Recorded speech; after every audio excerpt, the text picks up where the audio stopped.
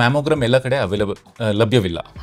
So ಆ problem ಇರೋದ್ರಿಂದ ಹಳ್ಳಿನಲ್ಲಿ ತಾಲೂಕಿನಲ್ಲಿ ಅಟ್ಲೀಸ್ಟ್ ನಿಮ್ಮ ಸ್ತನವನ್ನು ನೀವೇ ಪರೀಕ್ಷೆ ಮಾಡ್ಕೊಳ್ಳಿ ಅಂತ ಭಾರತ ಸರ್ಕಾರ ಕೂಡ ಹೇಳುತ್ತೆ, ನಾವು ಕೂಡ ಹೇಳ್ತೀವಿ. ಸ್ತನವನ್ನ ಕ್ಲಾಕ್ ನಲ್ಲಿ ನಮ್ಮ ಗಡಿಯಾರ ಹೇಗಿರುತ್ತೋ ಅದೇ ದಿಕ್ಕಿನಲ್ಲಿ ಕಂಪ್ಲೀಟ್ ಆಗಿ ಹೊರಗಡೆಯಿಂದ ಒಳಗಡೆವರೆಗೂ ಕಂಪ್ಲೀಟ್ ಆಗಿ ಸೂಕ್ಷ್ಮವಾಗಿ ಪತ್ತೆ ಮಾಡಿದ್ರೆ ಪರೀಕ್ಷೆ ಟಚ್ ಮಾಡಿದ್ರೆ ಸಾಕು. ಅವಾಗ ಏನಾದ್ರೂ ಏರುಪೇರು ಇದ್ರೆ ನಿಮಗೆ ಒಂದು ಗೊತ್ತಾಗತ್ತೆ. ಕೆಲವ್ರು ಹೇಳ್ತಾರೆ ಮಕ್ಕಳಿಗೆ ಸರಿಯಾಗಿ ಬ್ರೆಸ್ಟ್ ಮಿಲ್ಕ್ ಕೊಟ್ಟಿಲ್ಲ ಅಂದ್ರೆ, ಇತ್ತೀಚಿನ ದಿನಗಳಲ್ಲಿ ನೋಡಬಹುದು ಕೆಲವರು ನಂದು ಬಾಡಿ ಮೇಂಟೈನ್ ಮಾಡಬೇಕು ಅಥವಾ ಬೇರೆ ಯಾವುದೋ ಒಂದು ಹೆಲ್ತ್ ಇಶ್ಯೂನಿಂದಾಗಿನೂ ಮಕ್ಕಳಿಗೆ ಸರಿಯಾಗಿ ಎದೆ ಹಾಲು ಕೊಡದೇ ಇರಬಹುದು. ಸೊ ಮಕ್ಕಳಿಗೆ ಪ್ರಾಪರ್ ಆಗಿ ಎದೆ ಹಾಲು ಕೊಟ್ಟಿಲ್ಲ ಅಂದ್ರೆ ಫ್ಯೂಚರ್ ಅಲ್ಲಿ ಬ್ರೆಸ್ಟ್ ಕ್ಯಾನ್ಸರ್ ಬರುತ್ತೆ ಅಂತ ಹೇಳ್ತಾರೆ. ಇದು ನಿಜವಾಗಿಯೂ ಹೌದಾ ಅಥವಾ ಇದು ಒಂದು ಮಿತ್ತ ಹೇಗೆ ಅಂತ? ಸ್ತನದ ಮೇಲಿರೋ ಚರ್ಮ ಏನಾದ್ರೂ ಚೇಂಜಸ್ ಇದ್ರೆ, ಈಗ ಕಿತ್ತಳೆ ಹಣ್ಣಿನ ತರ ಆಗಿದೆ ಅಥವಾ ಗಟ್ಟಿ ಆಗಿದೆ ಅಥವಾ ಸ್ಕಿನ್ ಕಲರ್ ಚೇಂಜ್ ಆಗುತ್ತೆ, ಸ್ಕಿನ್ ಇರೋ ರೀತಿ ಚೇಂಜ್ ಆಗುತ್ತೆ. ಅಂದ್ರೆ ಈಗ ನೀವು ಕಿತ್ಲೆ ಹಣ್ಣಿನ ಸಿಪ್ಪೆ ನೋಡಿರ್ತೀರಾ, ಚುಕ್ಕೆ ಚುಕ್ಕೆ ಚುಕ್ಕೆ ಚುಕ್ಕೆ ತರ ಇರುತ್ತೆ. ಆ ತರ ಚುಕ್ಕೆ ಬಂದಾಗ ಎಷ್ಟನೇ ವಯಸ್ಸಿನಲ್ಲಿ ಬ್ರೆಸ್ಟ್ ಕ್ಯಾನ್ಸರ್ ಬರೋ ಚಾನ್ಸಸ್ ಇರುತ್ತೆ ಅಂತ? ಈಗ ಮಕ್ಕಳಾಗದೇ ಇದ್ರು ಅಥವಾ ಮದುವೆ ಆಗೋದಕ್ಕಿಂತ ಮುಂಚೆನೂ ಬ್ರೆಸ್ಟ್ ಕ್ಯಾನ್ಸರ್ ಬರಬಹುದಾ? ನಿಮ್ ಮಾಸಚಕ್ರ ತುಂಬಾ ಜಲ್ದಿ ಸ್ಟಾರ್ಟ್ ಆಯ್ತು ಮತ್ತೆ ಅದು ನಿಲ್ಲೋದು ತುಂಬಾ ಲೇಟ್ ಆಯ್ತು ಅನ್ಕೊಳ್ಳಿ. ಸೊ ಅವಾಗ ನಿಮ್ಮ ಬಾಡಿನ ಇಸ್ಟ್ರೋಜನ್ಗೆ ಎಕ್ಸ್ಪೋಸ್ ಆಗೋದು ಡ್ಯೂರೇಷನ್ ಜಾಸ್ತಿ ಆಗುತ್ತೆ. ಕೀಮೋಥೆರಪಿ, ರೇಡಿಯೇಷನ್ ಥೆರಪಿ ಎಲ್ಲ ಕೂಡ ನಾವು ಯಾವ ತರ ಆಪರೇಷನ್ ಮಾಡೋದಕ್ಕಿಂತ ಜಾಸ್ತಿ ಯಾವ ಸ್ಟೇಜ್ ನಲ್ಲಿ ಇದೆ ಅನ್ನೋದ್ರ ಮೇಲೆ ಡಿಪೆಂಡ್ ಆಗುತ್ತೆ. ಡಾಕ್ಟರ್, ಹಾಗಿದ್ರೆ ಈಗ ಒಂದು ಪೇಷಂಟಿಗೆ ಬ್ರೆಸ್ಟ್ ಕ್ಯಾನ್ಸರ್ ಬಂತು ಅಂತ ಹೇಳಿದ್ರೆ ನೆಕ್ಸ್ಟ್ ಆಪರೇಷನ್ ಆದ್ಮೇಲೆ ಅವ್ರು ಏನಾದ್ರು ಈ ರೀತಿ ಲೈಫ್ ಸ್ಟೈಲ್ ಲೀಡ್ ಮಾಡಬೇಕು, ಇಂಥ ಫಾಲೋಅಪ್ಸ್ ಇರಬೇಕು ಅಂತ ಏನಾದ್ರು ಇರುತ್ತಾ? ಒಂದು ನಿಮ್ಮ ಜೀವನ ಶೈಲಿ ಚೇಂಜ್ ಮಾಡೋದು, ಅಂದರೆ ಒಳ್ಳೆ ಆಹಾರ ತೊಗೊಳೋದು, ನೆಕ್ಸ್ಟ್ ಎಕ್ಸಸೈಸ್ ಮಾಡೋದು, ಮತ್ತು ಮದ್ಯ ಸೇವನೆ ಕಡಿಮೆ ಮಾಡೋದು, ಇದೆಲ್ಲ ನಿಮ್ಮ ಕಂಟ್ರೋಲ್ನಲ್ಲಿ ಇರುತ್ತೆ. ಬಟ್ ನಿಮ್ಮ ಕಂಟ್ರೋಲ್ನಲ್ಲಿ ಇಲ್ಲದೆ ಇರೋದು ಪ್ರಾಬ್ಲಮ್ ಏನಂದರೆ ಜೆನೆಟಿಕ್ ಪ್ರಾಬ್ಲಮ್ಸ್. ಮತ್ತು ನಿಮ್ಮ ಮಾಸಚಕ್ರ ಯಾವಾಗ ಸ್ಟಾರ್ಟ್ ಆಗುತ್ತೆ, ಯಾವಾಗ ಎಂಡ್ ಆಗುತ್ತೆ, ಅದು ನಿಮ್ಮ ಕಂಟ್ರೋಲ್ನಲ್ಲಿ ಇಲ್ಲ. ಸೊ ಅದಕ್ಕೆ ನೀವು ಏನೂ ಮಾಡ್ಲಿಕ್ಕಾಗಲ್ಲ.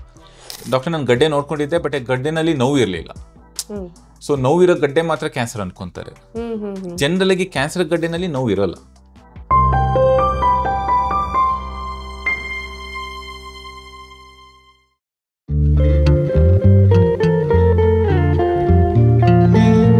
ನಮಸ್ತೆ, ನೀವು ನೋಡ್ತಾ ಇದ್ದೀರಾ ವಿಜಯ ಕರ್ನಾಟಕ.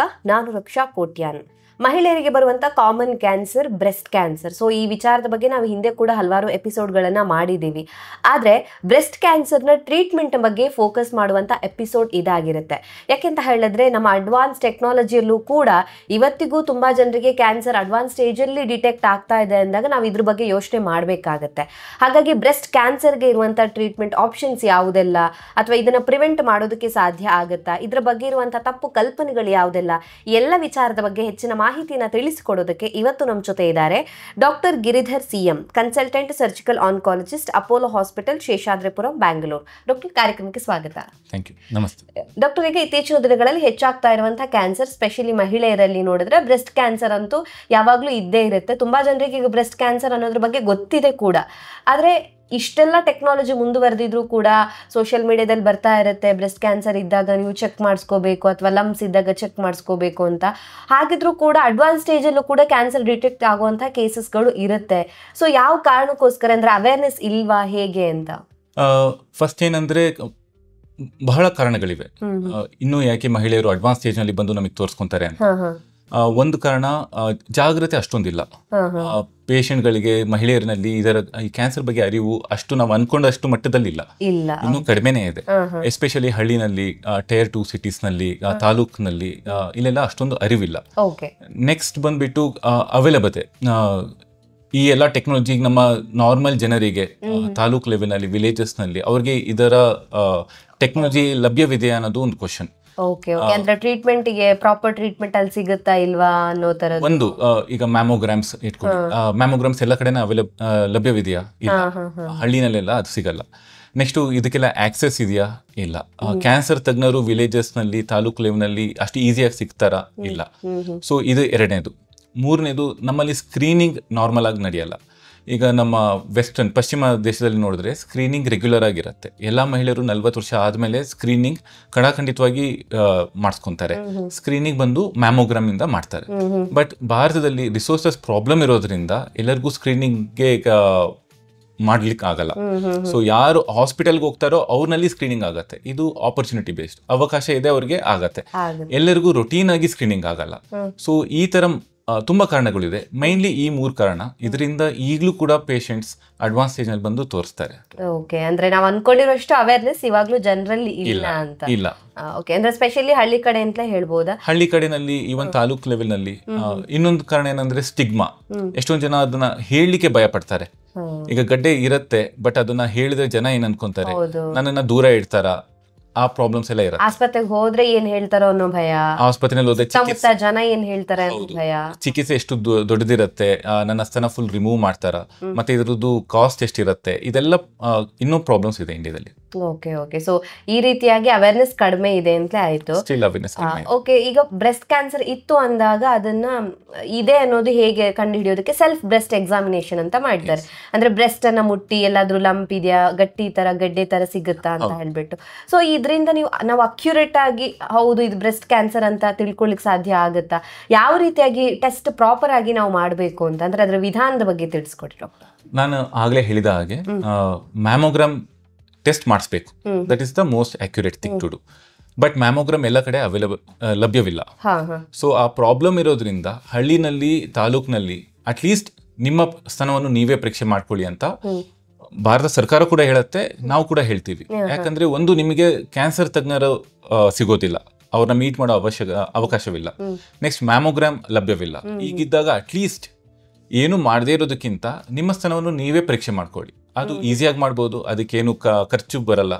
ಸೊ ಮಾಸಕ್ಕೊಂದು ಬಾರಿ, ತಿಂಗಳಿನ 1ನೇ ತಾರೀಕು ಅಂತ ಇಟ್ಕೊಳ್ಳಿ, ಎಲ್ಲರೂ ಅವರ ಸ್ತನವನ್ನ ಅವರೇ ಸೌಮ್ಯವಾಗಿ ಪರೀಕ್ಷೆ ಮಾಡ್ಕೊಂಡ್ರೆ ಒಂದು ಸಿಗೋ ಚಾನ್ಸಸ್ ಇರತ್ತೆ. ಅವನಲ್ಲಿ ಏನಾದ್ರೂ ಏರ್ಪೇರ್ ಆಗಿದ್ರೆ ಸ್ತನದಲ್ಲಿ ಆಕಾರದಲ್ಲಿ ಆಗ್ಲಿ ಅಥವಾ ಏನಾದ್ರೂ ಗಡ್ಡೆ ಸಿಕ್ಕಿದ್ರೆ ಅವಾಗ ಅವರು ಡಾಕ್ಟರ್ಗೆ ಹೋಗಿ ತೋರಿಸ್ಕೊಬಹುದು. ಸೊ ನಮಗೆ ಅದ್ರ ಬಗ್ಗೆ ಫುಲ್ ಎವಿಡೆನ್ಸ್ ಇಲ್ಲ. ಈಗ ನಿಮ್ಮ ಸ್ತನವನ್ನು ನೀವೇ ಪರೀಕ್ಷೆ ಮಾಡ್ಕೊಂಡ್ರೆ ಅದು ಅಕ್ಯುರೇಟ್ ಅನ್ನೋದಕ್ಕೆ ನಮಗೆ ಎವಿಡೆನ್ಸ್ ಇಲ್ಲ. ಬಟ್ ಏನು ಮಾಡದೇ ಇರೋದಕ್ಕಿಂತ ಇದು ಹೌದು ಮಾಡೋದು ಬೆಸ್ಟ್ ಅಂತ. ಹೌದು, ಇದು ನಾವು ಎಂಕರೇಜ್ ಮಾಡ್ತೀವಿ. ಯಾವ ರೀತಿಯಾಗಿ ಮಾಡ್ಬೇಕು? ಜಸ್ಟ್ ಮುಟ್ಟಿ ನೋಡಿ ಎಲ್ಲೆಲ್ಲ ಲಂಪ್ಸ್ ಇದೆ ಅಂತ ಚೆಕ್ ಮಾಡ್ಕೋಬೇಕಾ ಹೇಗೆ ಅಂತ? ನಿಮ್ಮ ಸ್ತನವನ್ನ ಅವರ ಕೈಯಿಂದ, ಈಗ ಎಡಗಡೆ ಮಾಡಬೇಕು ಅಂದ್ರೆ ಬಲಗೈ ಯೂಸ್ ಮಾಡಿ ಸ್ತನವನ್ನ ಕ್ಲಾಕ್ ನಲ್ಲಿ, ನಮ್ಮ ಗಡಿಯಾರ ಹೇಗಿರುತ್ತೋ ಅದೇ ದಿಕ್ಕಿನಲ್ಲಿ ಕಂಪ್ಲೀಟ್ ಆಗಿ ಹೊರಗಡೆಯಿಂದ ಒಳಗಡೆವರೆಗೂ ಕಂಪ್ಲೀಟ್ ಆಗಿ ಸೂಕ್ಷ್ಮವಾಗಿ ಪತ್ತೆ ಮಾಡಿದ್ರೆ ಟಚ್ ಮಾಡಿದ್ರೆ ಸಾಕು. ಆವಾಗ ಏನಾದ್ರೂ ಏರುಪೇರು ಇದ್ರೆ ನಿಮಗೆ ಒಂದು ಗೊತ್ತಾಗತ್ತೆ, ಆ ಲಕ್ಷಣಗಳು ಗೊತ್ತಾಗತ್ತೆ. ಓಕೆ, ಸೊ ಲಂಪ್ಸ್ ಇತ್ತು ಅಂದಾಗ ಹಾಸ್ಪಿಟಲ್ಗೆ ಹೋಗ್ಬೇಕಾಗತ್ತೆ. ಲಂಪ್ಸ್ ಇದ್ದಾಗ ಬರೀ ಲಂಪ್ಸ್ ತುಂಬಾ ಸಾಮಾನ್ಯವಾದ ಲಕ್ಷಣ ಬ್ರೆಸ್ಟ್ ಕ್ಯಾನ್ಸರ್. ಅದಕ್ಕೆ ಜನರಲ್ ಆಗಿ ಅದರಲ್ಲಿ ನೋವು ಇರಲ್ಲ, ಮೋಸ್ಟ್ ಕಾಮನ್ಲಿ ಅದರಲ್ಲಿ ನೋವು ಇರಲ್ಲ. ಅದು ಬಿಟ್ರೆ ನಿಮ್ಮ ಸ್ತನದ ಮೇಲಿರೋ ಚರ್ಮ ಏನಾದ್ರೂ ಚೇಂಜಸ್ ಇದ್ರೆ, ಈಗ ಕಿತ್ತಳೆ ಹಣ್ಣಿನ ತರ ಆಗಿದೆ ಅಥವಾ ಗಟ್ಟಿ ಆಗಿದೆ ಅಥವಾ ಸ್ಕಿನ್ ಕಲರ್ ಚೇಂಜ್ ಆಗುತ್ತೆ, ಸ್ಕಿನ್ ಇರೋ ರೀತಿ ಚೇಂಜ್ ಆಗತ್ತೆ. ಅಂದ್ರೆ ಈಗ ನೀವು ಕಿತ್ಲೆ ಹಣ್ಣಿನ ಸಿಪ್ಪೆ ನೋಡಿರ್ತೀರಾ, ಚುಕ್ಕೆ ಚುಕ್ಕೆ ಚುಕ್ಕೆ ಚುಕ್ಕೆ ತರ ಇರುತ್ತೆ, ಆ ತರ ಚುಕ್ಕೆ ಬಂದಾಗ, ಇಲ್ಲ ಅಂದ್ರೆ ತುಂಬಾ ಕೆಂಪಾಗಿದೆ, ನೋವಿನ ಮಾತೆ ತಗೊಂಡ್ರು ಕೂಡ ಹೋಗಿಲ್ಲ, ಇದೆಲ್ಲ ಅದರ ಲಕ್ಷಣಗಳು. ಮತ್ತೆ ನಿಪ್ಪಲ್ಲಿಂದ ಏನಾದ್ರು ರಕ್ತ ಬಂದ್ರೆ ಅಥವಾ ಬ್ರೌನ್ ಕಲರ್ ಏನಾದ್ರು ಡಿಸ್ಚಾರ್ಜ್ ಬಂದ್ರೆ ಅದು ಕೂಡ ಬ್ರೆಸ್ಟ್ ಕ್ಯಾನ್ಸರ್ನ ಲಕ್ಷಣ. ಕೆಲವ್ರು ಹೇಳ್ತಾರೆ ಮಕ್ಕಳಿಗೆ ಸರಿಯಾಗಿ ಬ್ರೆಸ್ಟ್ ಮಿಲ್ಕ್ ಕೊಟ್ಟಿಲ್ಲ ಅಂದ್ರೆ, ಇತ್ತೀಚಿನ ದಿನಗಳಲ್ಲಿ ನೋಡಬಹುದು ಕೆಲವರು ನಂದು ಬಾಡಿ ಮೇಂಟೈನ್ ಮಾಡಬೇಕು ಅಥವಾ ಬೇರೆ ಯಾವುದೋ ಒಂದು ಹೆಲ್ತ್ ಇಶ್ಯೂನಿಂದಾಗಿನೂ ಮಕ್ಕಳಿಗೆ ಸರಿಯಾಗಿ ಎದೆ ಹಾಲು ಕೊಡದೇ ಇರಬಹುದು. ಸೊ ಮಕ್ಕಳಿಗೆ ಪ್ರಾಪರ್ ಆಗಿ ಎದೆ ಹಾಲು ಕೊಟ್ಟಿಲ್ಲ ಅಂದ್ರೆ ಫ್ಯೂಚರ್ ಅಲ್ಲಿ ಬ್ರೆಸ್ಟ್ ಕ್ಯಾನ್ಸರ್ ಬರುತ್ತೆ ಅಂತ ಹೇಳ್ತಾರೆ. ಇದು ನಿಜವಾಗಿಯೂ ಹೌದಾ ಅಥವಾ ಇದು ಒಂದು ಮಿತ್ತ ಹೇಗೆ ಅಂತ? ಇದರಲ್ಲಿ ಅರ್ಧ ಸತ್ಯ ಇದೆ. ಒಂದೇನಂದ್ರೆ, ಮಕ್ಕಳಿಗೆ ಹಾಲು ಕೊಡೋದ್ರಿಂದ ನಿಮಗೆ ಬ್ರೆಸ್ಟ್ ಕ್ಯಾನ್ಸರ್ ಬರೋ ಚಾನ್ಸಸ್ ಕಡಿಮೆ ಆಗುತ್ತೆ. ಹಾಲು ಕೊಡದೆ ಇದ್ರೆ ಬ್ರೆಸ್ಟ್ ಕ್ಯಾನ್ಸರ್ ಬರುತ್ತೆ ಅನ್ನೋದಕ್ಕಿಂತ ಹಾಲು ಕೊಟ್ರೆ ನಿಮ್ಗೆ ಬ್ರೆಸ್ಟ್ ಕ್ಯಾನ್ಸರ್ ಬರೋ ಚಾನ್ಸಸ್ ಕಡಿಮೆ ಆಗುತ್ತೆ. ಸೊ ಅಟ್ಲೀಸ್ಟ್ 6 ತಿಂಗಳ ಕಾಲದಲ್ಲಿ 6 ತಿಂಗಳವರೆಗೂ ನಿಮ್ಮ ಸ್ತನದ ಹಾಲನ್ನು ಮಕ್ಕಳಿಗೆ ಕೊಡ್ಬೇಕು ಅಂತ ಹೇಳ್ತೀವಿ. 1 ವರ್ಷ ಕೊಟ್ರೆ ಇನ್ನೂ ಉತ್ತಮ. ಯಾರು ಮಕ್ಕಳಿಗೆ ಕೊಡಲ್ಲೋ ಅವನಲ್ಲಿ ಕ್ಯಾನ್ಸರ್ ಚಾನ್ಸಸ್ ಸ್ವಲ್ಪ ಜಾಸ್ತಿ ಆಗತ್ತೆ. ಬಟ್ ಕೊಟ್ರೆ ತುಂಬಾ ಒಳ್ಳೇದು, ಇಟ್ ಪ್ರೊಟೆಕ್ಟ್ಸ್. ಅದು ನಿಮ್ಗೆ ಕ್ಯಾನ್ಸರ್ ಇಂದ ಪ್ರೊಟೆಕ್ಷನ್ ಕೊಡುತ್ತೆ. ಹೇಗೆ ಕಾರಣ ಆಗುತ್ತೆ ಡಾಕ್ಟರ್? ಈಗ ಬ್ರೆಸ್ಟ್ ಮಿಲ್ಕ್ ಕೊಟ್ಟಿಲ್ಲ ಅಂದ್ರೆ ಅದು ಕ್ಯಾನ್ಸರ್ ಆಗುತ್ತೆ, ಗೆಡ್ಡೆ ಆಗುತ್ತೆ ಅಂದ್ರೆ ಹೇಗೆ? ಬ್ರೆಸ್ಟ್ ಮಿಲ್ಕ್ ಕೊಟ್ಟಿಲ್ಲ ಅಂದ್ರೆ ಕ್ಯಾನ್ಸರ್ ಆಗುತ್ತೆ ಅನ್ನೋದಕ್ಕೆ ನಮಗೆ ತುಂಬಾ ಎವಿಡೆನ್ಸ್ ಇಲ್ಲ. ಬಟ್ ಬ್ರೆಸ್ಟ್ ಮಿಲ್ಕ್ ಕೊಟ್ರೆ, ಎಲ್ಲಿವರೆಗೂ ನೀವು ಬ್ರೆಸ್ಟ್ ಮಿಲ್ಕ್ ಕೊಡ್ತಾ ಇರ್ತೀರೋ ಅಲ್ಲಿವರೆಗೂ ಅವರಿಗೆ ಮಾಸಚಕ್ರಗಳು ಸ್ಟಾರ್ಟ್ ಆಗಲ್ಲ. ಸೊ ಮಾಸಚಕ್ರ ಸ್ಟಾರ್ಟ್ ಆಗಲಿಲ್ಲ ಅಂದ್ರೆ ಅವ್ರ ಇಸ್ಟ್ರೋಜನ್ ಲೆವೆಲ್ ಅವ್ರ ಬಾಡಿನಲ್ಲಿ ಈ ಹಾರ್ಮೋನ್ ಕಡಿಮೆ ಇರುತ್ತೆ. ನಮ್ಗೆಲ್ಲರಿಗೂ ಆಲ್ರೆಡಿ ಗೊತ್ತಿದೆ, ಇಸ್ಟ್ರೋಜನ್ ಇಂದನೇ ಬ್ರೆಸ್ಟ್ ಕ್ಯಾನ್ಸರ್ ಬರೋದು. ಸೊ ಎಷ್ಟು ದಿನದವರೆಗೂ ನೀವು ಸ್ತನದ ಹಾಲು ಕೊಡ್ತಿರೋ ಅಲ್ಲಿವರೆಗೂ ನಿಮ್ಮ ಮಾಸಚಕ್ರ ಸಪ್ರೆಸ್ ಆಗಿರುತ್ತೆ, ಆಗ ಸ್ಟಾರ್ಟ್ ಆಗಲ್ಲ. ಅವಾಗ ಇಸ್ಟ್ರೋಜನ್ ಕೂಡ ಕಡಿಮೆ ಇರುತ್ತೆ. ಸೊ ಅದರಿಂದ ನಿಮ್ಮ ಬ್ರೆಸ್ಟ್ ಗೆ ಪ್ರೊಟೆಕ್ಷನ್ ಸಿಗತ್ತೆ ಕ್ಯಾನ್ಸರ್ ಇಂದ. ಈಗ 1 ವರ್ಷ ತನಕ ಕೊಟ್ರೆ ಬೆಸ್ಟ್ ಅಂತನಾ ಬ್ರೆಸ್ಟ್ ಮಿಲ್ಕ್? ಅಟ್ಲೀಸ್ಟ್ 6 ತಿಂಗಳು, ಒಂದು ವರ್ಷ ಒಳ್ಳೇದು, 2 ವರ್ಷ ಇನ್ನೂ ಒಳ್ಳೇದು. ಈಗ ಹಾಗಿದ್ರೆ ಹಳ್ಳಿಗಳಲ್ಲಿ ಬ್ರೆಸ್ಟ್ ಕ್ಯಾನ್ಸರ್ ಬರೋದಕ್ಕೆ ಕಾರಣ ಏನು? ಈಗ ಯೂಶಲಿ ನಾವು ಅನ್ಕೋತೀವಿ ನಮ್ಮ life style factors one of the reason ಆಗಿರುತ್ತೆ ಬ್ರೆಸ್ಟ್ ಕ್ಯಾನ್ಸರ್ ಬರೋದಕ್ಕೆ ಅಂತ. ಸೊ ಸಿಟಿಗಳಲ್ಲಿ ಸಾಮಾನ್ಯವಾಗಿ ಅವರ ಜೀವನ ಶೈಲಿನೇ ಕಂಟ್ರೋಲಲ್ಲಿ ಇರೋದಿಲ್ಲ. ಹಳ್ಳಿಗಳಲ್ಲಿ ಯಾವ ಕಾರಣಕ್ಕೋಸ್ಕರ ಬರುತ್ತೆ ಅಂತ? ಎಗೇನ್ ನಮ್ಮ ಜೀವನ ಶೈಲಿ ಚೇಂಜ್ ಆಗಿರೋದು ಅದು ಒಂದು ಮಾತ್ರ ಕಾರಣ, ಅದೇ ಕಾರಣ ಅಂತಿಲ್ಲ. ಅದು ಕಾಂಟ್ರಿಬ್ಯೂಟ್ ಮಾಡುತ್ತೆ, ಬಟ್ ಅದು ಮೇಜರ್ ಕಾರಣ ಇಲ್ಲ. ತುಂಬ ಕಾಲ ಏನಾಗುತ್ತೆ ಅಂದರೆ ಜೆನೆಟಿಕ್ ಚೇಂಜಸ್ ಅದು ಅವಕಾಶದಲ್ಲಿ ಆಗತ್ತೆ.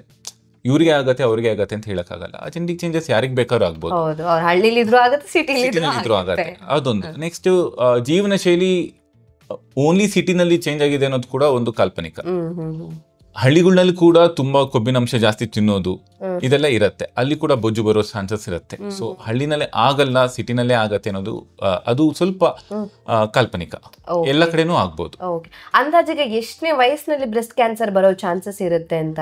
ಈಗ ಮಕ್ಕಳಾಗದೇ ಇದ್ರು ಅಥವಾ ಮದುವೆ ಆಗೋದಕ್ಕಿಂತ ಮುಂಚೆನೂ ಬ್ರೆಸ್ಟ್ ಕ್ಯಾನ್ಸರ್ ಬರಬಹುದಾ, ಹೇಗೆ? ಜನರಲ್ ಆಗಿ ನಾವು ನೋಡೋದೇನಂದ್ರೆ ಇದರ ಪರಿಣಾಮ 50 ವರ್ಷಕ್ಕಿಂತ ಜಾಸ್ತಿ ಇರೋನಲ್ಲಿ ಜಾಸ್ತಿ. ಅಂದ್ರೆ 50 ವರ್ಷ ಮೇಲ್ಪಟ್ಟವರಿಗೆ ಕ್ಯಾನ್ಸರ್ ಆಗೋ ಸಂಭಾವನೆ ಜಾಸ್ತಿ. ಹಾಗಂತ ಅದಕ್ಕಿಂತ ಚಿಕ್ಕವ್ರನಲ್ಲಿ ಆಗಲ್ಲ ಅಂತಿಲ್ಲ. ಇನ್ನು 15-20% ಚಾನ್ಸಸ್ ಅವ್ರನಲ್ಲೂ ಆಗೋ ಚಾನ್ಸಸ್ ಇರುತ್ತೆ. ಸೊ ಯುವತಿಯರ್ನಲ್ಲಿ 50ಕ್ಕಿಂತ ಕಡಿಮೆ ಇರೋ ಮಹಿಳೆನಲ್ಲಿ ಆಗಲ್ಲ ಅಂತ ಏನೂ ಇಲ್ಲ, ಅವ್ರನಲ್ಲೂ ಆಗತ್ತೆ. ಈ ಬ್ರೆಸ್ಟ್ ಕ್ಯಾನ್ಸರ್ಗೂ ಪೀರಿಯಡ್ಸ್ಗೆ ಏನಾದ್ರು ಕನೆಕ್ಷನ್ ಇದೆಯಾ, ಇಲ್ವಾ? ನಾನು ಆಲ್ರೆಡಿ ಹೇಳಿದ್ದೀನಿ. ಅದೇ ಬ್ರೆಸ್ಟ್ ಕ್ಯಾನ್ಸರ್ ಮೈನ್ಲಿ ರಿಲೇಟ್ ಆಗಿರೋದು ಇಸ್ಟ್ರೋಜನ್ ಅನ್ನೋ ಹಾರ್ಮೋನ್ ಇಂದ. ಸೊ ನಿಮ್ಮ ಬಾಡಿಗೆ ಎಷ್ಟು ದಿನದವರೆಗೂ ಇಸ್ಟ್ರೋಜನ್ ಎಕ್ಸ್ಪೋಜರ್ ಇರುತ್ತೋ, ಅದಕ್ಕೆ ಅದ್ರ ಆಕ್ಟಿವಿಟಿ ಇರುತ್ತೋ, ಆವಾಗ ನಿಮ್ಗೆ ಆಗೋ ಚಾನ್ಸಸ್ ಜಾಸ್ತಿ ಆಗುತ್ತೆ. ಈಗ ಫಾರ್ ಎಕ್ಸಾಂಪಲ್ ನಿಮ್ ಮಾಸ ಚಕ್ರ ತುಂಬಾ ಜಲ್ದಿ ಸ್ಟಾರ್ಟ್ ಆಯ್ತು ಮತ್ತು ಅದು ನಿಲ್ಲೋದು ತುಂಬಾ ಲೇಟ್ ಆಯ್ತು ಅನ್ಕೊಳ್ಳಿ. ಸೊ ಅವಾಗ ನಿಮ್ಮ ಬಾಡಿನ ಇಸ್ಟ್ರೋಜನ್ಗೆ ಎಕ್ಸ್ಪೋಸ್ ಆಗೋದು ಡ್ಯೂರೇಷನ್ ಜಾಸ್ತಿ ಆಗತ್ತೆ. ಈಗ ಕೆಲವೊಬ್ಬರು ಮಹಿಳೆನಲ್ಲಿ ಈಗ ಮಾಸಚಕ್ರ ಲೇಟಾಗಿ ಸ್ಟಾರ್ಟ್ ಆಯ್ತು ಅನ್ಕೊಳ್ಳಿ, 15 ವರ್ಷಕ್ಕೆ ಸ್ಟಾರ್ಟ್ ಆಯ್ತು. ಮಾಸಚಕ್ರ ಜಲ್ದಿ ಮುಗ್ದೋಯ್ತು ಅನ್ಕೊಳ್ಳಿ, 45 ವರ್ಷಕ್ಕೆ ಮೆನೋಪಾಸ್, 45 ವರ್ಷಕ್ಕೆ. ಸೊ ಅವರಿಗೆ ಇಸ್ಟ್ರೋಜನ್ ಎಕ್ಸ್ಪೋಜರ್ ಬರೀ 30 ವರ್ಷ ಇರುತ್ತೆ. ಬಟ್ ಈಗ ಮಾಸಚಕ್ರ ಜಲ್ದಿ ಸ್ಟಾರ್ಟ್ ಆಯ್ತು ಅನ್ಕೊಳ್ಳಿ, 12 ವರ್ಷಕ್ಕೆ ಸ್ಟಾರ್ಟ್ ಆಯ್ತು, 55 ವರ್ಷ ಆದ್ರೂ ಮುಗಿಲಿಲ್ಲ ಅನ್ಕೊಳ್ಳಿ, ಅವಾಗ ಆಲ್ಮೋಸ್ಟ್ 40 ವರ್ಷ ಎಕ್ಸ್ಟ್ರೋಜನ್ ಎಕ್ಸ್ಪೋಜರ್ ಇರುತ್ತೆ. ಸೊ ಇವನಲ್ಲಿ ಬ್ರೆಸ್ಟ್ ಕ್ಯಾನ್ಸರ್ ಬರೋ ಚಾನ್ಸಸ್ ಜಾಸ್ತಿ ಇರುತ್ತೆ.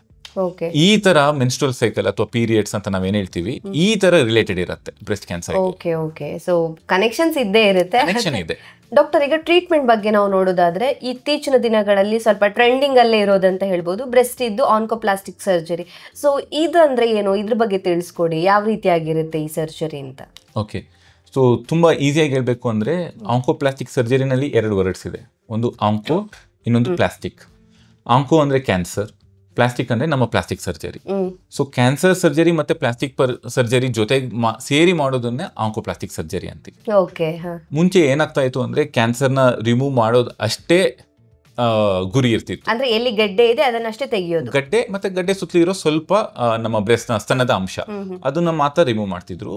ಬಟ್ ಬ್ರೆಸ್ಟ್ನ ಆಕಾರ ಬಗ್ಗೆ, ಅದರ ಸೌಂದರ್ಯಾಸ್ಪದ ಬಗ್ಗೆ ಜಾಸ್ತಿ ಗಮನ ಕೊಡ್ತಿರ್ಲಿಲ್ಲ.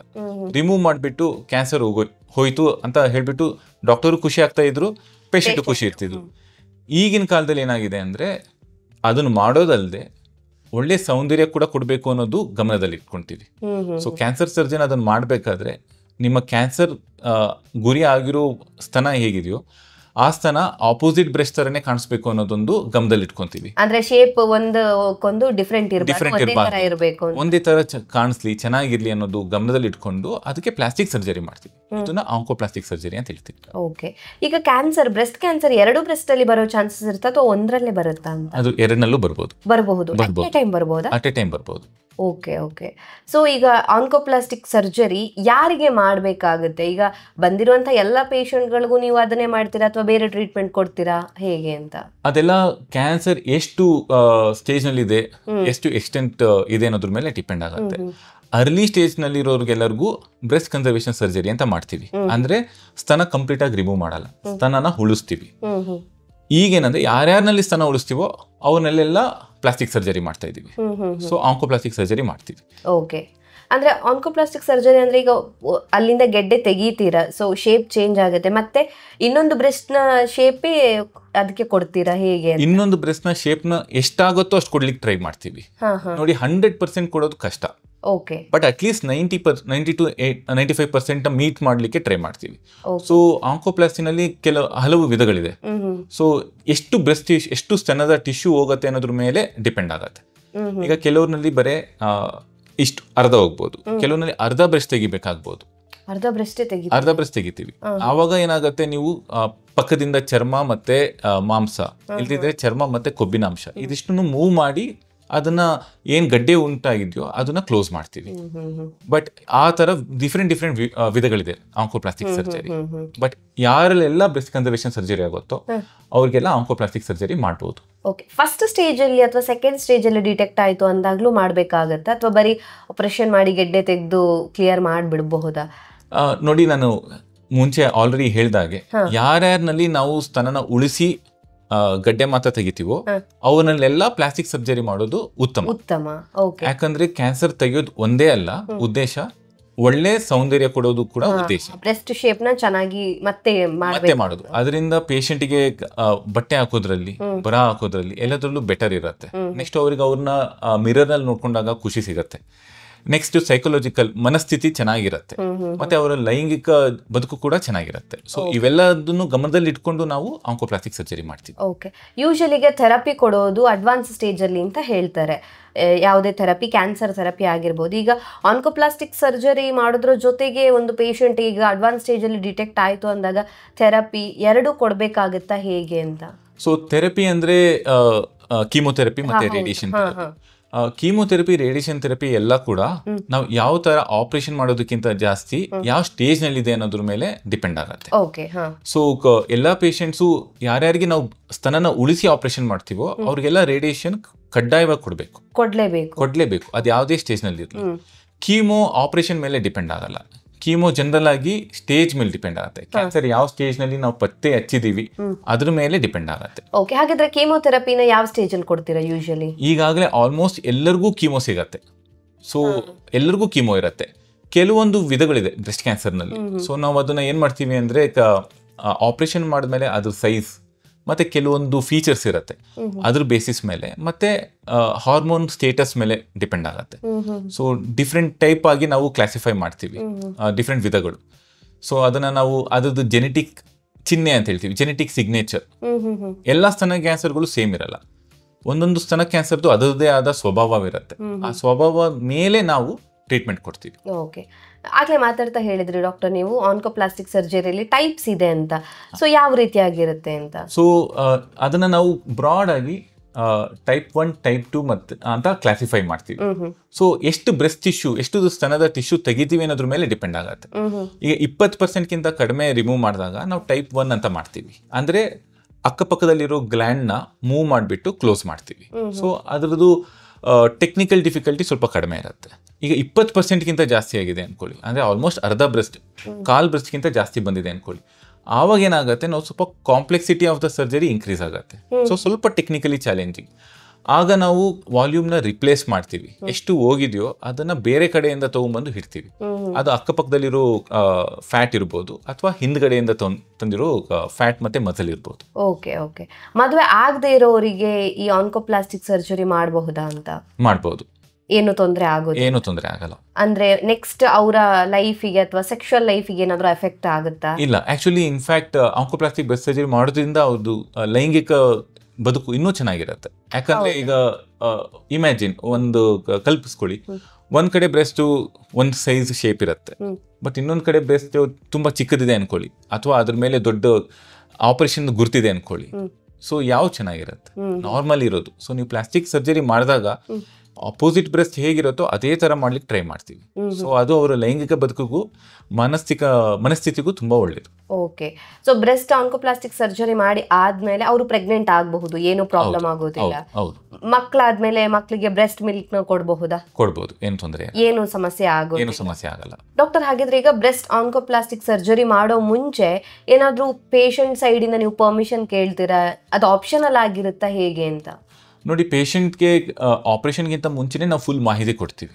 ಒಂದು, ಕಂಪ್ಲೀಟ್ ಸ್ತನ ತೆಗಿಬೇಕಾ ಬೇಡ, ಅದು ಫಸ್ಟ್ ಆ ನಿರ್ಧಾರ ಮಾಡಬೇಕು. ನಾನು ಮುಂಚೆನೆ ಹೇಳ್ದಾಗೆ ಸ್ತನ ಉಳಿಸ್ತಾ ಇದೀವಿ ಅಂತ ಆಪರೇಷನ್ ಮಾಡೋದಿದ್ರೆ ರೇಡಿಯೇಷನ್ ಖಂಡಿತವಾಗ್ಲೂ ಇರುತ್ತೆ. ಸೊ ನಾವು ಮುಂಚೆನೆ ಹೇಳಬೇಕು, ನೀವು 100% ರೇಡಿಯೇಷನ್ ತೊಗೊಳ್ತೀರಾ ಅಂತ. ಅದಕ್ಕೆ ಅವ್ರು ಒಪ್ಪಿಗೆ ಕೊಡಬೇಕು. ಅದಾದ್ಮೇಲೆ ನಾವು ಸ್ತನದ ಉಳಿಸೋ ಥರ ಆಪರೇಷನ್ ಮಾಡ್ತೀವಿ. ಅದೇ ಟೈಮ್ ನಾವು ಅವ್ರಿಗೆ ಹೇಳ್ತೀವಿ, ನೋಡಿ ಆಂಕೋಪ್ಲಾಸ್ಟಿನೂ ಮಾಡಬಹುದು, ಮಾಡಿದ್ರೆ ಉತ್ತಮ ಇರುತ್ತೆ. ಈಗ 20%ಗಿಂತ ಕಡಿಮೆ ಸ್ತನ ತೆಗೆಯೋರ್ನಲ್ಲಿ ಅಷ್ಟು ಕಷ್ಟ ಇಲ್ಲ, ಈಸಿಯಾಗಿ ಮಾಡಿಬಿಡ್ಬೋದು. ಬಟ್ ಬೇರೆ ಕಡೆಯಿಂದ ನಾನು ಫ್ಯಾಟ್ನ ತೆಗೆದು ಅಲ್ಲಿ ಇಡ್ತಾ ಇದ್ದೀನಿ, ಚರ್ಮ ಮತ್ತು ಮಾಂಸನ ತೆಗೆದು ಅಲ್ಲಿ ಇಡ್ತಾ ಇದ್ದೀನಿ ಅಂದಾಗ ಆ ಫುಲ್ ಮಾಹಿತಿ ಅವ್ರಿಗೆ ಕೊಟ್ಟು ನೆಕ್ಸ್ಟ್ ನಾವು ಅದನ್ನು ಆಪರೇಷನ್ ಮಾಡ್ತೀವಿ. Okay okay. ಸೊ ಅವ್ರ ಹತ್ರ ಒಂದ್ಸತಿ ಮಾತಾಡಿನೇ ದೆನ್ ಹೋಗೋ. ಯಾವ ಟ್ರೀಟ್ಮೆಂಟ್ ಕೊಡೋಕ್ಕಿಂತ ಮುಂಚೆ ಪೇಷಂಟ್ಗೆ ಮಾಹಿತಿ ಕೊಡೋದು ತುಂಬಾ ಇಂಪಾರ್ಟೆಂಟ್. ಅವ್ರಿಗೆ ಹೇಳಬೇಕು, ಅಂದ್ರೆ ಫಲಿತಾಂಶ ಹೇಗಿರುತ್ತೆ, ಔಟ್ಕಮ್ ಹೇಗಿರುತ್ತೆ. ಸೊ ಎಷ್ಟೊಂದು ಜನಕ್ಕೆ ಅನ್ಸ್ಬೋದು ಎಕ್ಸಾಕ್ಟ್ ಆಗಿ ಆಪೋಸಿಟ್ ಬೆಸ್ಟ್ ತರನೇ ಇರತ್ತಾ ಅಂತ. ನಾವು ಅದನ್ನ ಹೇಳಬೇಕು, ಎಕ್ಸಾಕ್ಟ್ ಆಗಿ ಬರದೇ ಇರಬಹುದು, ಬಟ್ 80 to 90% ಮೀಟ್ ಆಗ್ಬಹುದು, ಕೆಲವೊಬ್ಬರಲ್ಲಿ 95%. ಮತ್ತೆ ಎಕ್ಸ್ಟ್ರಾ ಆಪರೇಷನ್ ಬೇಕೋ ಬೇಡ ಅಂತ, ಬೇರೆ ಕಡೆಯಿಂದ ನಾವು ಮತ್ತೆ ಇನ್ಸಿಷನ್ ಹಾಕ್ಬೇಕೋ ಬೇಡವಾ, ಅಲ್ಲಿಂದ ಟಿಶ್ಯೂ ತೆಗಿಬೇಕೋ ಬೇಡ, ಇದೆಲ್ಲ ಮಾಹಿತಿ ಅವ್ರಿಗೆ ಕೊಡ್ಬೇಕಾಗತ್ತೆ. ಮತ್ತೆ ಆಪರೇಷನ್ ಗುರುತು ಎಲ್ಲೆಲ್ಲಿ ಇರ್ಬೋದು ಅದೆಲ್ಲ ನಾವು ಮುಂಚೆನೆ ಹೇಳಬೇಕು. ಓಕೆ. ಈಗ ಒಂದು ವೇಳೆ ಈಗ ಮದುವೆ ಆಗಿಲ್ಲ ಒಂದು ಪರ್ಸನ್ಗೆ, ಅಥವಾ ಮದುವೆ ಆಯಿತು ಅಂತ ಇಟ್ಕೊಳ್ಳೋಣ, ಬ್ರೆಸ್ಟ್ ಆನ್ಕೋಪ್ಲಾಸ್ಟಿಕ್ ಸರ್ಜರಿ ಮಾಡಿದ್ರಿ, ಮತ್ತೆ ಅವರಿಗೆ ಬ್ರೆಸ್ಟ್ ಕ್ಯಾನ್ಸರ್ ಬರುವಂಥ ಚಾನ್ಸಸ್ ಇರುತ್ತಾ? ಯಾರಿಗೇ ಆಗಲಿ ಒಂದ್ಸತ್ ಕ್ಯಾನ್ಸರ್ ಬಂದರೆ ಮತ್ತೆ ಕ್ಯಾನ್ಸರ್ ಬರೋ ಚಾನ್ಸಸ್ ಇದ್ದೇ ಇರುತ್ತೆ. ಹೌದಾ? ಎಷ್ಟು ಪರ್ಸೆಂಟ್? ಅದೇ ಜಾಗದಲ್ಲಿ ಇರ್ಬೋದು, ಅದೇ ಸ್ಥಾನದಲ್ಲಿ ಬೇರೆ ಜಾಗದಲ್ಲಿ ಇರ್ಬೋದು, ಅಥವಾ ಆ ಕಡೆ ಆಪೋಸಿಟ್ ಸ್ಥಾನದಲ್ಲಿ ಇರ್ಬೋದು, ಎಲ್ಲಿ ಬೇಕಾದ್ರೂ ಬರ್ಬೋದು. ಸೊ ನಾವು ಫುಲ್ ಕ್ಯೂರ್ ಅಂತ ಯಾವಾಗ ಹೇಳ್ತೀವಿ, 5 ವರ್ಷಗಳ ಕಾಲ ಕ್ಯಾನ್ಸರ್ ಮತ್ತೆ ವಾಪಸ್ ಬರದೇ ಇದ್ರೆ ಕ್ಯೂರ್ ಆಗಿದೆ ಅಂತ ಹೇಳ್ತೀವಿ.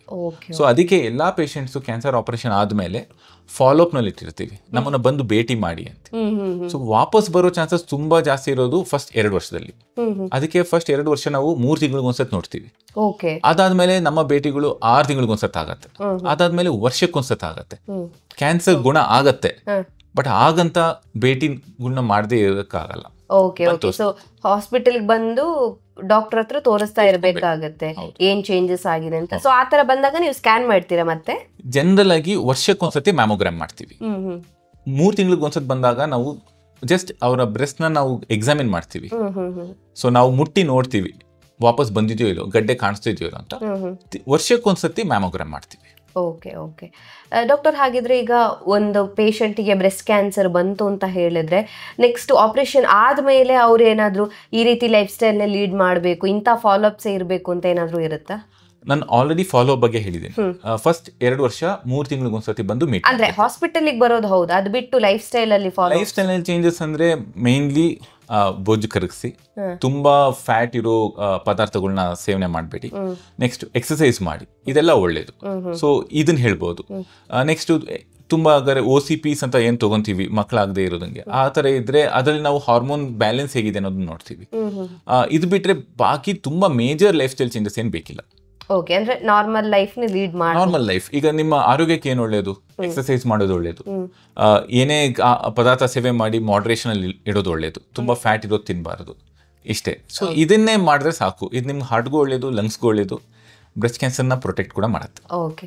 ಕೆಲವರು ಅನ್ಕೋತಾರೆ ಸ್ಕ್ಯಾನಿಂಗ್ ಮಾಡೋದ್ರಿಂದ ಅಥವಾ ಬಯಾಪ್ಸಿ ಮಾಡೋದ್ರಿಂದ, ಆಪರೇಷನ್ ಮಾಡೋದ್ರಿಂದ ಬ್ರೆಸ್ಟ್ ಕ್ಯಾನ್ಸರ್ ಒಂದ್ ಕಡೆಯಿಂದ ಇನ್ನೊಂದ್ ಕಡೆಗೆ ಸ್ಪ್ರೆಡ್ ಆಗುತ್ತೆ ಅಂತ. ಹೌದಾ? ಇಲ್ಲ ಇಲ್ಲ, ಇದೆಲ್ಲ ಕಾಲ್ಪನಿಕ. ನಿಮ್ಮಲ್ಲಿ ಒಂದ್ಸತ್ ಗಡ್ಡೆ ಇದ್ರೆ ಫಸ್ಟ್ ಮಾಡೋದೇ ಬಯಾಪ್ಸಿ. ಫಸ್ಟ್ ಮ್ಯಾಮೋಗ್ರಾಮ್ ಮಾಡ್ತೀವಿ, ಅದು ಗಡ್ಡೆ ಏ ತರ ಇದೆ ಅಂತ ನೋಡ್ತೀವಿ, ಅದಾದ್ಮೇಲೆ ಬಯಾಪ್ಸಿ ಮಾಡಬೇಕು. ಬಯಾಪ್ಸಿಯಿಂದ ಕ್ಯಾನ್ಸರ್ ಸ್ಪ್ರೆಡ್ ಆಗಲ್ಲ, ಸ್ಟೇಜ್ ಕೂಡ ಜಾಸ್ತಿ ಆಗಲ್ಲ. ಸೊ ಅದು ಫುಲ್ ಕಾಲ್ಪನಿಕ. ಬಯಾಪ್ಸಿ ಮ್ಯಾಂಡೇಟ್ರಿ, ಕಂಪಲ್ಸರಿ, ಎಲ್ಲರೂ ಮಾಡಿಸ್ಕೊಳ್ಳೇಬೇಕು. ನೆಕ್ಸ್ಟ್ ಆಪರೇಷನ್ ಇಂದ ಕೂಡ ಏನು ಕ್ಯಾನ್ಸರ್ ಇದಾಗಲ್ಲ, ಇನ್ಫ್ಯಾಕ್ಟ್ ಆಪರೇಷನ್ ಇಂದ ಗುಣ ಆಗುತ್ತೆ. Okay okay. ಇಂಡಿಯಾದಲ್ಲಿ ಎಷ್ಟು ವರ್ಷ ಆಯ್ತು ಸರ್ ಈ ಒಂದು ಟ್ರೀಟ್ಮೆಂಟ್ ಆಪ್ಷನ್ ಬಂದು, ಅಂದ್ರೆ ಬ್ರೆಸ್ಟ್ ಆನ್ಕೋಪ್ಲಾಸ್ಟಿಕ್ ಸರ್ಜರಿ ಬಂದು? ಆಲ್ಮೋಸ್ಟ್ 10 years ಇಂದ ಇದೆ. Okay okay. ಅಂದ್ರೆ ತುಂಬಾ ಜನರು ಇದ್ರ ಬೆನಿಫಿಟ್ಸ್ ಅನ್ನ ಪಡ್ಕೊಂಡಿದ್ದಾರೆ ಹಾಗಾದ್ರೆ? ಇಲ್ಲ, ಅಗೇನ್ ಆ ಜಾಗೃತಿ ಕೂಡ ಅವೇರ್ನೆಸ್ ಇಲ್ಲ, ಆ ಜಾಗೃತಿ ಕೂಡ ಇಲ್ಲ. ತುಂಬಾ ಟೈಮ್ ನಲ್ಲಿ ಅಗೇನ್ 2-3 ಕಾರಣ ಇದೆ. ಕೆಲವೊಂದ್ ಕಡೆ ಮಹಿಳೆಯರೇ ಬಂದು ಹೇಳ್ತಾರೆ ನಮ್ಗೆ ಫುಲ್ ಸ್ತನ ತೆಗೀರಿ, ನನಗೆ ಸ್ತನ ಬೇಡ. ಯಾಕಂದ್ರೆ ಅವರ ಮೈನ್ ಗುರಿ ಏನು, ಕ್ಯಾನ್ಸರ್ ಬರಬಾರ್ದು ಅಂತ. ಬ್ರೆಸ್ಟ್ ಇದ್ರೆ ಅಲ್ವಾ ಕ್ಯಾನ್ಸರ್ ಬರೋದು, ಆ ತರ ಯೋಚನೆ ಮಾಡ್ತಾರೆ. ಅವ್ರಿಗೆ ಸೌಂದರ್ಯ ಬಗ್ಗೆ ಅದ್ರ ಬಗ್ಗೆ ಎಲ್ಲ ಇಂಟ್ರೆಸ್ಟ್ ಇರಲ್ಲ. ಅವ್ರದ್ದೊಂದೇ ಚಿಂತೆ ಏನಿರುತ್ತೆ ಅಂದ್ರೆ ಸ್ತನ ಫುಲ್ ತೆಗೆದ್ಬಿಟ್ರೆ ನನಗೆ ಮತ್ತೆ ಕ್ಯಾನ್ಸರ್ ಬರಲ್ಲ ಅನ್ನೋದು, ಬ್ರೆಸ್ಟ್ ಕ್ಯಾನ್ಸರ್ ಬರಲ್ಲ. ಅವ್ರ ಗುರಿ ಅಷ್ಟೇ ಇರುತ್ತೆ. ಸೊ ಅವರಿಗೆ ನಾವು ಜಾಸ್ತಿ ಮಾಹಿತಿ ಕೊಡಬೇಕು. ನಾವು ಡಾಕ್ಟರ್ ಆಗ್ಬಿಟ್ಟು ಅವ್ರಿಗೆ ಅದು ಜಾಗೃತಿ ತರಬೇಕು. ನೋಡಿ, ನಾವು ಬ್ರೆಸ್ಟ್ ನ ಉಳಿಸಿದ್ರು, ಬ್ರೆಸ್ಟ್ ನ ಫುಲ್ ತೆಗೆದ್ರು ಬರೋ ಚಾನ್ಸಸ್ ಸೇಮೇ ಇರುತ್ತೆ ಅಂತ. ಎರಡು ಸೇಮೇ ಇರುತ್ತೆ. ಸೊ ಈ ಕ್ಯಾನ್ಸರ್ ಆಪರೇಷನ್ ಅದಕ್ಕಿಂತ ಚಿಕ್ಕದು ಅಂತಲ್ಲ, ಎರಡು ಸೇಮ್. ಸುಮ್ಮನೆ ಸ್ತನ ಫುಲ್ ತೆಗೆಸ್ಕೊಂಬೇಡಿ ಅಂತ. ಸೊ ಇದೊಂದು ಕಾರಣ. ನೆಕ್ಸ್ಟ್ ಕಾರಣ, ಡಾಕ್ಟರ್ಸ್ನಲ್ಲಿ ಕೂಡ ಜಾಗೃತಿ ತುಂಬ ಜಾಸ್ತಿ ಇಲ್ಲ. ತುಂಬ ಕಡೆ ಎಸ್ಪೆಷಲಿ ಹಳ್ಳಿನಲ್ಲಿ ಎಲ್ಲಿ ಕ್ಯಾನ್ಸರ್ ತಜ್ಞರು ಅವೈಲಬಿಲಿಟಿ ಇಲ್ಲೋ ಅಲ್ಲಿ ಡಾಕ್ಟರ್ಸ್ ಕೂಡ ಕ್ಯಾನ್ಸರ್ ಸ್ತನ ಫುಲ್ ತೆಗೆದುಬೇಡೋಣ, ನಿಮಗೆ ಬರಲ್ಲ ಅಂತಾನೆ ಹೇಳ್ತಾರೆ. ಸೊ ಇದು ಎರಡು ಕಡೆನೂ ಇದೆ. ಸೊ ಜಾಗೃತಿ ಪೇಷಂಟ್ಸ್ನಲ್ಲೂ ಇರಬೇಕು, ಡಾಕ್ಟರ್ಸ್ನಲ್ಲೂ ಇರಬೇಕು. ಮತ್ತೆ ಆಂಕೋಪ್ಲಾಸ್ಟಿಕ್ ಬಂದರೆ ಈ ಆಂಕೋಪ್ಲಾಸ್ಟಿಕ್ ಟೆಕ್ನಿಕ್ ಎಲ್ಲ ಡಾಕ್ಟರ್ಸು ಕಲ್ತಿಲ್ಲ. ಸೊ ಬ್ರೆಸ್ಟ್ ಕನ್ಸರ್ವೇಷನ್ ಗಡ್ಡೆ ತೆಗಿತಾರೆ, ಬಟ್ ಆಂಕೋಪ್ಲಾಸ್ಟಿಕ್ ಟೆಕ್ನಿಕ್ಸ್ ಎಲ್ಲರಿಗೂ ಬರಲ್ಲ. ಸೊ ಅದನ್ನ ಯಾರು ಟ್ರೈನಿಂಗ್ ಇರುತ್ತೋ ಅವ್ರು ಅದನ್ನ ಮಾಡ್ತಾರೆ. ಸೊ ಡಾಕ್ಟರ್ಸ್ ಅಲ್ಲೂ ಕೂಡ ಟ್ರೈನಿಂಗ್ ಕಡಿಮೆ ಇದೆ ಅಂತ ಆಯ್ತು. ಹೌದು, ಎಲ್ಲಾ ಕಡೆ ಇಲ್ಲ, ಅವೈಲೇಬಲ್ ಇಲ್ಲ, ಎಲ್ಲ ಕಡೆನೂ ಅವೈಲಬಿಲಿಟಿ ಇರಲ್ಲ. ಡಾಕ್ಟರ್, ಹಾಗಿದ್ರೆ ಈಗ ಬ್ರೆಸ್ಟ್ ಕ್ಯಾನ್ಸರ್ಗೆ ಒಂದ್ಸತಿ ಟ್ರೀಟ್ಮೆಂಟ್ ಆದ್ಮೇಲೆ ಅದರ ಸೈಡ್ ಎಫೆಕ್ಟ್ಸ್ ಏನಾದ್ರು ಇರುತ್ತಾ, ಹೇಗೆ ಅಂತ? ಆಪರೇಷನ್ ಸೈಡ್ ಎಫೆಕ್ಟ್ಸ್ ತುಂಬಾ ಜಾಸ್ತಿ ಇರಲ್ಲ. ಜನರಲ್ ಆಗಿ ಸ್ವಲ್ಪ ಆಕಾರದಲ್ಲಿ ಚೇಂಜ್ ಬರಬಹುದು. ಆಂಕೋಪ್ಲಾಸ್ಟಿ ಮಾಡಿದ್ಮೇಲೆ ಕೂಡ ಸ್ವಲ್ಪ ಚೇಂಜಸ್ ಇರುತ್ತೆ. ನಿಮ್ಮ ಆಪೋಸಿಟ್ ಬ್ರೆಸ್ಟ್ ತರನೇ ಈ ಬ್ರೆಸ್ಟ್ ಇರೋಕೆ ಟ್ರೈ ಮಾಡ್ತೀವಿ, ಬಟ್ ಸ್ವಲ್ಪ ಚೇಂಜಸ್ ಇರಬಹುದು. ಹಂಗೆ ಇರೋಬೇಕು ಅಂತ ಅಂದ್ರೆ ಇರಬೇಕು ಅಂತ ಬಯಸ್ತಾರೆ, ಬಟ್ ಆ ತರ ಇರೋದಕ್ಕೆ ಸಾಧ್ಯ ಮೇ ಬಿ ಸ್ವಲ್ಪ ಆ ಕಡೆ ಈ ಕಡೆ ಆಗುತ್ತೆ. ಸೊ ಅದಕ್ಕೆ ನೀವು ರೆಡಿ ಇರಬೇಕು. ನೆಕ್ಸ್ಟ್ ಬಂದ್ಬಿಟ್ಟು ಬ್ರೆಸ್ಟ್ ನಲ್ಲಿ ಸೈಡ್ ಎಫೆಕ್ಟ್ಸ್ ಕಡಿಮೆ, ಕೈನಲ್ಲಿ ಸೈಡ್ ಎಫೆಕ್ಟ್ಸ್ ಬರೋ ಚಾನ್ಸಸ್ ಇರುತ್ತೆ. ನಮ್ಮ ಕಂಕಳಿನಲ್ಲಿ ಲಿಂಫ್ ಗ್ರಂಥಿಗಳು ಅಂತ ಇರುತ್ತೆ. ಸೊ ಜನರಲ್ ಆಗಿ ಈ ಕ್ಯಾನ್ಸರ್ ಬ್ರೆಸ್ಟ್ ಇಂದ ಅಲ್ಲಿಗೆ ಫಸ್ಟ್ ಸ್ಪ್ರೆಡ್ ಆಗೋ ಚಾನ್ಸಸ್ ಇರುತ್ತೆ. ಸೊ ಮುಂಚೆ ಏನಾಗ್ತಾ ಇತ್ತು ಅಂದ್ರೆ, ತುಂಬಾ ವರ್ಷಗಳ ಮುಂಚೆ ಅಲ್ಲಿರೋ ಎಲ್ಲಾ ಲಿಂಫ್ ಗ್ರಂಥಿಗಳನ್ನು ತೆಗಿತಿದ್ವಿ. ಈ ಲಿಂಫ್ ಗ್ರಂಥಿಗಳು ಹೇಗೆ ಅಂದ್ರೆ ಅದೊಂಥರ ಪೊಲೀಸ್ ಸ್ಟೇಷನ್ ತರ. ಸೊ ನಮ್ಮ ಕೈಯಿಂದ ಬರೋ ಎಲ್ಲ ಲಿಂಫ್ ನಲ್ಲಿ ಇಮ್ಯೂನ್ ಸೆಲ್ಸ್ ಇರುತ್ತೆ, ಬ್ಯಾಕ್ಟೀರಿಯಾ ವೈರಸ್ನೆಲ್ಲ ಫೈಟ್ ಮಾಡೋ ಥರದಿರುತ್ತೆ. ಅಲ್ಲಿ ನಮ್ಮ ಇಮ್ಯೂನ್ ಸೆಲ್ಸ್ ಇರುತ್ತೆ, ಮತ್ತೆ ಬಾಡಿನಲ್ಲಿ ಉತ್ಪತ್ತಿ ಆಗೋ ವೇಸ್ಟ್ ಕೂಡ ಇರುತ್ತೆ. ಸೊ ಈ ಲಿಂಫ್ ನೋಡ್ಸ್ ಅದನ್ನೆಲ್ಲ ಫಿಲ್ಟರ್ ಮಾಡಿ ಕಳಿಸತ್ತೆ. ಸೊ ಒಂದ್ಸತಿ ಲಿಂಫ್ ನೋಡ್ಸ್ ಅನ್ನೋದನ್ನ ನಾವು ಆಪರೇಷನ್ ಮಾಡಿ ತೆಗೆದಾಗ ಅದು ಫಿಲ್ಟ್ರೇಷನ್ ಇರಲ್ಲ. ಸೊ ಆವಾಗ ಲಿಂಫ್ ಅನ್ನೋದು ಇದೇ ಕೈನಲ್ಲಿ ಕಲೆಕ್ಟ್ ಆಗ್ತಾ ಹೋಗುತ್ತೆ. ಆವಾಗ ಕೈ ಊತ ಬರುತ್ತೆ, ಅದನ್ನ ಲಿಂಫೆಡಿಮಾ ಅಂತೀವಿ. ಸೊ ಈಗ ನಿಮ್ಮ ಕಂಕಳಲ್ಲಿರೋ ಎಲ್ಲಾ ಲಿಂಫ್ ನೋಡ್ಸ್ ತೆಗೆದುಬಿಟ್ರೆ ಅದು ಬರೋ ಚಾನ್ಸಸ್ 25-30%. ಸೊ ಈಗೇನ್ ಮಾಡ್ತಿದೀವಿ, ಸೆಂಟಿನಲ್ ಲಿಂಫ್ ನೋಡ್ ಬಯಾಪ್ಸಿ ಅಂತ ಮಾಡ್ತೀವಿ. ಸೊ ಅವಾಗ ಏನ್ ಮಾಡ್ತೀವಿ, ಎಲ್ಲಾ ಲಿಂಫ್ ನೋಡ್ಸ್ನೂ ತೆಗಿಯಲ್ಲ, ಕೆಲವೊಂದು ಲಿಂಫ್ ನೋಡ್ಸ್ ಮಾತ್ರ ತೆಗಿತೀವಿ. ಯಾವ್ದ್ರಲ್ಲಿ ಬರೋ ಚಾನ್ಸಸ್, ಯಾವ್ದ್ರಲ್ಲಿ ಕ್ಯಾನ್ಸರ್ ಸ್ಪ್ರೆಡ್ ಆಗಿರೋ ಚಾನ್ಸಸ್ ಜಾಸ್ತಿ ಇದೆಯೋ ಅದನ್ನ ಪತ್ತೆ ಹಚ್ಚಿ ಅದನ್ನ ಆವಾಗಲೇ ಆಪರೇಷನ್ ಮಾಡೋ ಟೈಮ್ನಲ್ಲೇ ರಿಪೋರ್ಟಿಗೆ ಕಳಿಸ್ತೀವಿ. ಅದ್ರಲ್ಲಿ ಕ್ಯಾನ್ಸರ್ ಇದೆಯೋ ಇಲ್ಲೋ ಅಂತ ಕಂಡುಹಿಡಿತೀವಿ. ಅದರಲ್ಲಿ ಕ್ಯಾನ್ಸರ್ ಇದ್ರೆ ಎಲ್ಲ ಲಿಂಫ್ ನೋಡ್ಸ್ನು ತೆಗಿತೀವಿ, ಇಲ್ದಿದ್ರೆ ಅಷ್ಟು ಮಾತ್ರಕ್ಕೆ ಸ್ಟಾಪ್ ಮಾಡ್ತೀವಿ. ಸೊ ಎಲ್ಲ ತೆಗೆದ್ರೆ ಈ ಕೈ ಊತ ಬರೋ ಚಾನ್ಸಸ್ ಇರುತ್ತೆ. ಇದು ತುಂಬಾ ಪ್ರಾಬ್ಲಮ್ ಆಗೋ ಅಂತ ಸೈಡ್ ಎಫೆಕ್ಟ್, ಬಟ್ ಅವಾಯ್ಡ್ ಮಾಡ್ಲಿಕ್ಕೆ ಆಗಲ್ಲ. That's the main side effect of surgery. ಇನ್ನು ಕೀಮೋದೆಲ್ಲ ಸೈಡ್ ಎಫೆಕ್ಟ್ಸ್ ತುಂಬಾ ಜನ ಕೇಳ್ತಾರೆ, ಕೂದಲು ಉದುರುತ್ತೆ, ತೆಳ್ಳಗಾಗೋಗ್ತೀನಿ, ಆಹಾರ ತೊಗೊಳ್ಬೇಕು ಅನ್ಸಲ್ಲ ಅಂತ. ಬಟ್ ಇವೆಲ್ಲ ಟೆಂಪರರಿ, ಸ್ವಲ್ಪ ದಿನಗಳು ಮಾತ್ರ ಇರುತ್ತೆ. ಕೀಮೋ ಎಲ್ಲ ಸ್ಟಾಪ್ ಆದಮೇಲೆ ವಿತಿನ್ 1 ಮಂತ್ ನಿಮ್ಗೆಲ್ಲ ವಾಪಸ್ ನಾರ್ಮಲ್ ಆಗ್ತಾ ಹೋಗ್ತೀರಾ. ಸೊ ಕೀಮೋ ಇಂದ ತುಂಬಾ ಮೇಜರ್ ಸೈಡ್ ಎಫೆಕ್ಟ್ಸ್ ಏನೂ ಆಗಲ್ಲ. ಏನಿದ್ರು ಕೂಡ temporary 2 or 3 weeks. Chemo stop ಆದ ತಕ್ಷಣ ಎಲ್ಲ ಚೆನ್ನಾಗುತ್ತೆ, ಮತ್ತೆ ಹೇರ್ ಗ್ರೋತ್ ಆಗುತ್ತೆ, ಎಲ್ಲ ಹೇರ್ ಗ್ರೋತ್ ಆಗುತ್ತೆ, ಮತ್ತೆ ನಿಮ್ಮ ವೆಯ್ಟ್ ಇನ್ಕ್ರೀಸ್ ಆಗುತ್ತೆ, ಮತ್ತೆ ನಿಮಗೆ ಹಸುವು ಆಗುತ್ತೆ, ಎಲ್ಲ ನಾರ್ಮಲ್ ಆಗುತ್ತೆ. ಹಾಗಿದ್ರೆ ಈ ಆಂಕೋಪ್ಲಾಸ್ಟಿಕ್ ಟೆಕ್ನಿಕ್ಸ್ ಬಗ್ಗೆ ಸಿಂಪಲ್ ಆಗಿ ಹೇಳ್ಬೋದು, ಯಾಕಂದ್ರೆ ಮೆಡಿಕಲ್ ಟರ್ಮ್ ಅಲ್ಲಿ ಸ್ವಲ್ಪ ಕಾಂಪ್ಲಿಕೇಟೆಡ್ ಇರ್ಬೋದು, ಜನರಿಗೆ ಅರ್ಥ ಆಗೋ ರೀತಿಯಲ್ಲಿ ಇನ್ ಸಿಂಪಲ್ ವೇಲಿ ಏನಾದ್ರು ಹೇಳ್ಬಹುದಾ ಅಂತ? ಸೊ ಆಲ್ರೆಡಿ ನಾನು ಹೇಳ್ದಾಗೆ 2 ಟೈಪ್ ಇರುತ್ತೆ, ಟೈಪ್ 1, ಟೈಪ್ 2. ಮೈನ್ಲಿ ಎಷ್ಟು ಸ್ತನದ ಟಿಶ್ಯೂ ನಾನು ತೆಗಿತಾ ಇದ್ದೀನಿ ಅನ್ನೋದ್ರ ಮೇಲೆ ಹೋಗುತ್ತೆ. ಸೊ ಒಂದು ಪೇಷಂಟ್ ಸ್ತನ ಎಷ್ಟಿದೆ, ದೊಡ್ಡದಿದೆಯಾ ಚಿಕ್ಕದಿದೆಯಾ, ಪ್ರತಿಯೊಬ್ಬ ಮಹಿಳೆಗೂ ಸ್ತನ ಡಿಫ್ರೆಂಟ್ ಆಗಿರುತ್ತೆ. ಸೊ ಅವ್ರ ಸ್ತನದ ರೀತಿ, ಅದರ ಶೇಪ್, ಗಾತ್ರ. ನೆಕ್ಸ್ಟ್ ಟ್ಯೂಮರ್ ಸೈಜ್ ಎಷ್ಟಿದೆ. ಈಗ ದೊಡ್ಡ ಸ್ತನದಲ್ಲಿ ಚಿಕ್ಕ ಟ್ಯೂಮರ್ ಅದನ್ನ ತೆಗೆದ್ಮೇಲೆ ಪ್ಲಾಸ್ಟಿಕ್ ಸರ್ಜರಿ ಮಾಡೋದು ತುಂಬ ಈಸಿ. ಬಟ್ ಚಿಕ್ಕ ಸ್ತನದಲ್ಲಿ ದೊಡ್ಡ ಟ್ಯೂಮರ್ ಇದ್ದರೆ ನಾವು ಅದನ್ನು ರಿಮೂವ್ ಮಾಡಿದಾಗ ಆಲ್ಮೋಸ್ಟ್ ಅರ್ಧ ಬ್ರೆಸ್ಟ್ ಹೋಗ್ಬಿಡುತ್ತೆ, ಕೆಲವೊಂದು ಅದಕ್ಕಿಂತ ಜಾಸ್ತಿ ಹೋಗುತ್ತೆ. ಮತ್ತು ಸ್ತನದ ಯಾವ ಭಾಗದಲ್ಲಿ ಟ್ಯೂಮರ್ ಇದೆ ಅಂತ. ಸೊ ಹೊರಗಡೆ ಭಾಗದಲ್ಲಿ ಇದ್ದಾಗ ಅದನ್ನು ತೆಗೆಯೋದು ಈಸಿ, ಮತ್ತು ಅದನ್ನು ಕವರ್ ಮಾಡೋದು ಈಸಿ. ಒಳಗಡೆ ಭಾಗದಲ್ಲಿ ಇದ್ದಾಗ ಅಲ್ಲಿ ತೆಗೆದ್ಮೇಲೆ ಡಿಫೆಕ್ಟ್ ಜಾಸ್ತಿ ಇರುತ್ತೆ, ಸೊ ಅದನ್ನು ಕವರ್ ಮಾಡೋದು ಕಷ್ಟ. ಸೊ ಇದೆಲ್ಲ ನಾವು ಯೋಚನೆ ಮಾಡ್ತೀವಿ ಆಪರೇಷನ್ ಮಾಡೋಕ್ಕಿಂತ ಮುಂಚೆ. ನೆಕ್ಸ್ಟ್ ಕಡಿಮೆ ಸ್ತನ ಟಿಶ್ಯೂ ತೆಗೆದಿದ್ದೀವಿ ಅಂದರೆ ಅಲ್ಲಿನ ಗ್ಲ್ಯಾಂಡ್ನೇ ಮೂವ್ ಮಾಡಿಬಿಟ್ಟು ಕ್ಲೋಸ್ ಮಾಡ್ತೀವಿ. ಇದನ್ನ ಟೈಪ್ 1 ಅಂತೀವಿ. ಟೈಪ್ 2 ಅಂದರೆ ಸ್ವಲ್ಪ ಬೇರೆ ಕಡೆಯಿಂದ ನಾವು ಟಿಶ್ಯೂ ತರಬೇಕಾಗತ್ತೆ. ಸೊ ಬ್ರೆಸ್ಟ್ ಅಕ್ಕಪಕ್ಕದಲ್ಲಿ ಇರ್ಬೋದು ಅಥವಾ ಬೆನ್ನಿಂದ ಇರ್ಬೋದು. ಸೊ ಇಲ್ಲಿಂದ ಟಿಶ್ಯೂ ತಗೊಂಬಂದು ಕವರ್ ಮಾಡ್ತೀವಿ. ಇದನ್ನ ಅಗೇನ್ ವಾಲ್ಯೂಮ್ ಡಿಸ್ಪ್ಲೇಸ್ಮೆಂಟ್ ಅಂತ ಒಂದಿರುತ್ತೆ, ವಾಲ್ಯೂಮ್ ರಿಪ್ಲೇಸ್ಮೆಂಟ್ ಅಂತ ಇರುತ್ತೆ.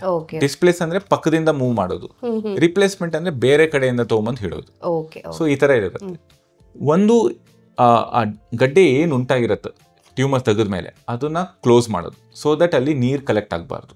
ಇದೊಂದು ಗುರಿ. ನೆಕ್ಸ್ಟ್ ಗುರಿ ಏನಂದರೆ ಆಪ್ರೇಷನ್ನ ಗುರ್ತು ಎಷ್ಟಾಗುತ್ತೋ ಅಷ್ಟು ಮುಚ್ಚಾಕ್ಲಿಕ್ಕೆ ಟ್ರೈ ಮಾಡೋದು.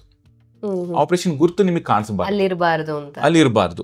ಸೊ ಆ ಥರ ನಾವು ಆಪರೇಷನ್ ಪ್ಲಾನ್ ಮಾಡ್ತೀವಿ. ಇನ್ಸಿಷನ್ ಹಾಕ್ಬೇಕಾದ್ರೆ ಅದು ಮರೆ ಮಾಚ್ ಹೋಗ್ಬೇಕು, ಆ ಥರ ಪ್ಲಾನ್ ಮಾಡಿ ಮಾಡ್ತೀವಿ. ಡಾಕ್ಟರ್, ಹಾಗಿದ್ರೆ ಬ್ರೆಸ್ಟ್ ಕ್ಯಾನ್ಸರ್ ಬರ್ದೇ ಇರೋ ರೀತಿಯಲ್ಲಿ ತಡೆಗಟ್ಟೋದಕ್ಕೆ ಸಾಧ್ಯ ಆಗೋದಿಲ್ವಾ ಅಂತ? ಅಂದ್ರೆ ಲೈಫ್ ಸ್ಟೈಲ್ ಫ್ಯಾಕ್ಟರ್ ಒಂದು, ನೀವಾಗಲೇ ಹೇಳಿದ್ರೆ ಜೆನೆಟಿಕಲಿ ಬರುತ್ತೆ ಅಂತ.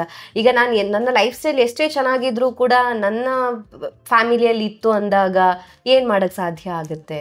ಎಸ್, ಸೊ ಯಾವ್ಯಾವ ಕಾರಣಗಳಿಂದ ಬ್ರೆಸ್ಟ್ ಕ್ಯಾನ್ಸರ್ ಬರ್ಬೋದು?